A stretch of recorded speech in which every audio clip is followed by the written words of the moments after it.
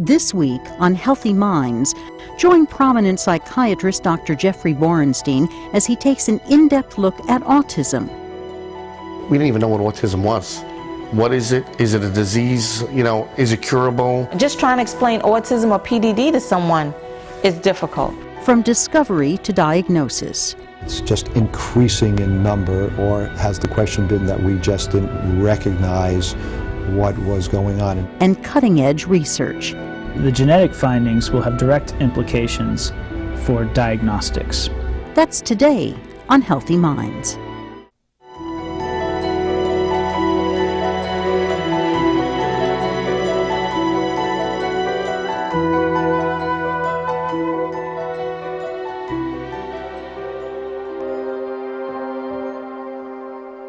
First year was normal. He seemed to be ahead of where he should have been. Pregnancy with Manny was typical, was very normal. Carried full term. I have 2 other children to compare him to.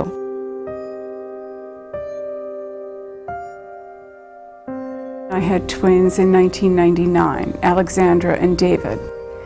They're now 9 years old.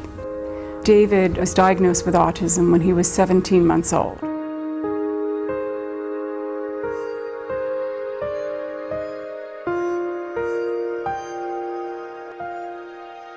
I had 4 miscarriages before Maggie, so she was a blessing in disguise.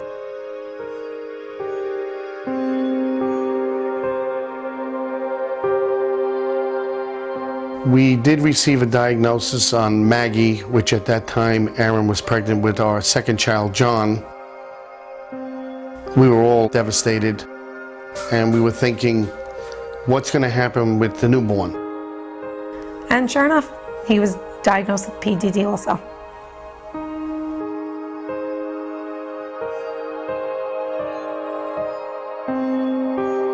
My husband and I pretty much both knew that when the diagnosis was coming, that it was going to be that he had it. We just were hoping and praying that it was going to be less severe.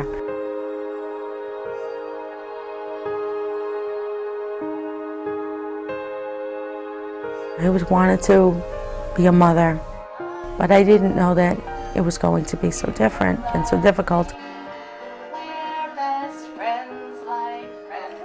I knew definitely there was something not right. She wasn't speaking.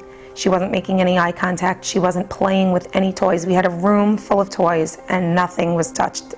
They would stay in the same place from morning till she went to bed at night. He was continuously watching his ceiling fan spin and watching the lights in the room, and always caught his attention. He started out with the gibberish that babies are supposed to start with, but they never started to formulate into words. He'll have outbursts and he'll have fits and he'll do arm flailing and he'll scream. Every time I saw PDD and OS, I saw the word autism associated with that term. I had no clue as to what that was. I had never heard of it. This word autism wasn't even in our vocabulary. We didn't even know what autism was. What is it? Is it a disease? Is it curable? We were just learning about it because now our daughter had it. Rain Man, the movie, was the only thing that popped into my head when I actually heard the word for the first time when it was applied to her, which can be devastating because that movie, although very on target, there's such a spectrum now that it could mean so many things to so many different people.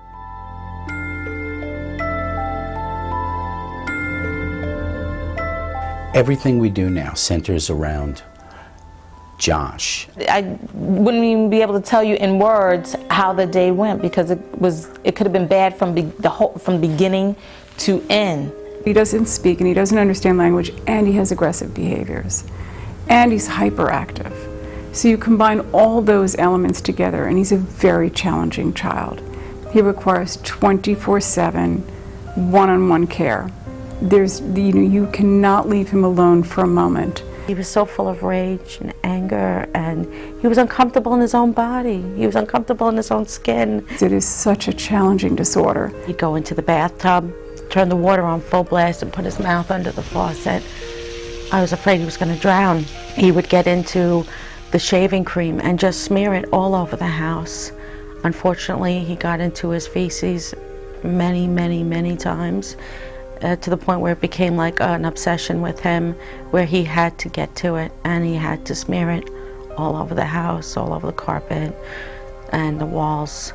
It was a nightmare. It was really hard. To try to explain that to someone, just trying to explain autism or PDD to someone is difficult. People will say something like, why can't you control your kid? We'll get looks and you just want to go over and say, what's wrong with you?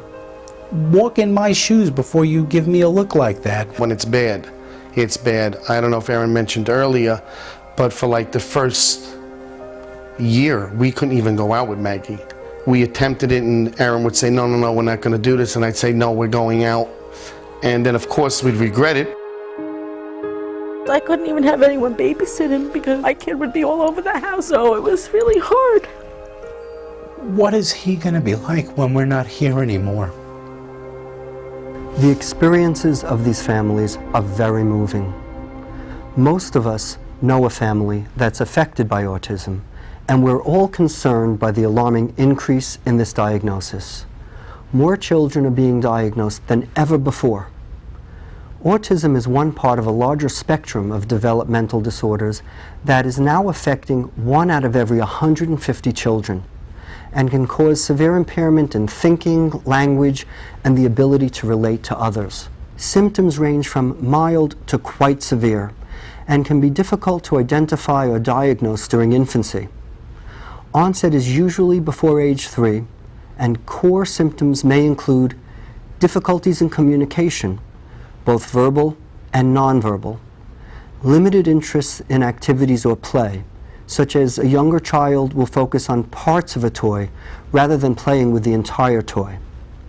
The child may have difficulty with social interactions and relationships, and they often exhibit repetitive behaviors such as body rocking and hand flapping. Let's take a deeper look at diagnosis with Dr. Warren Rosenfeld, head of pediatrics at Winthrop University Hospital.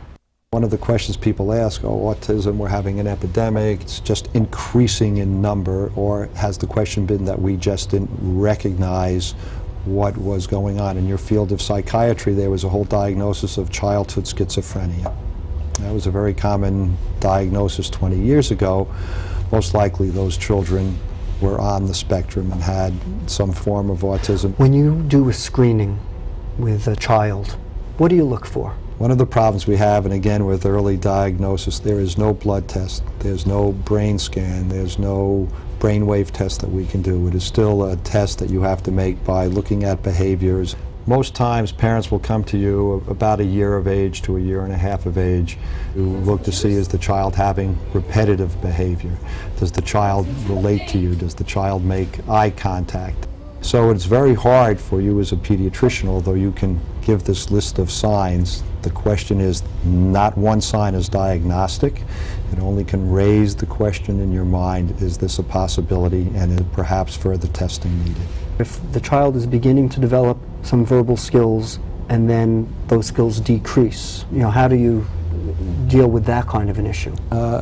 Even developmental delays, that a child who's progressing along and then suddenly it seems to plateau or fall back.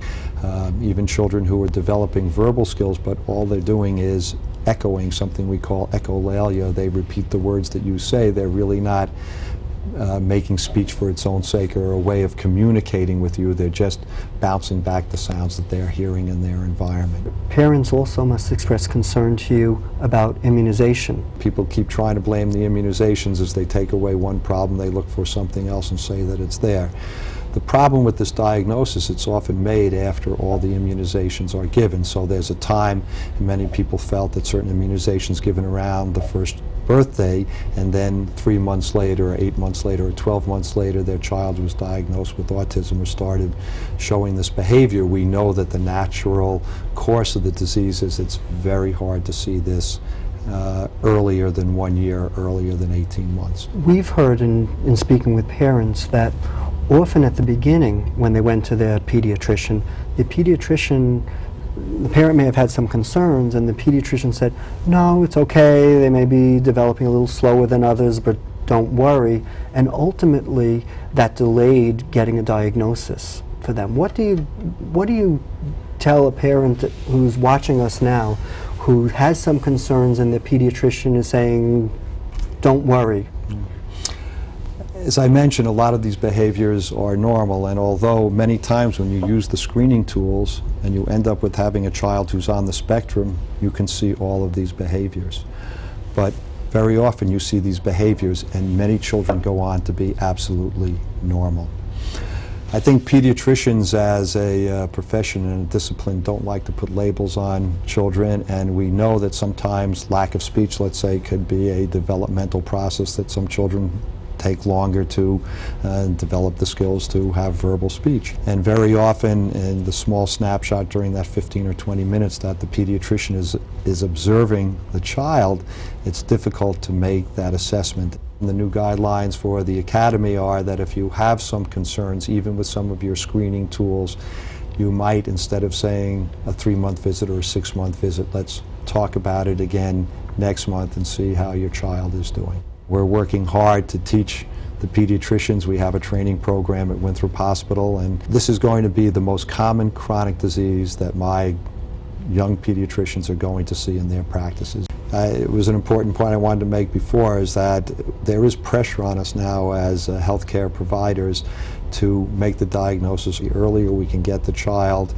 into treatment and start supporting the family and taking care of the entire family, we can do much, much better in the outcome of that child.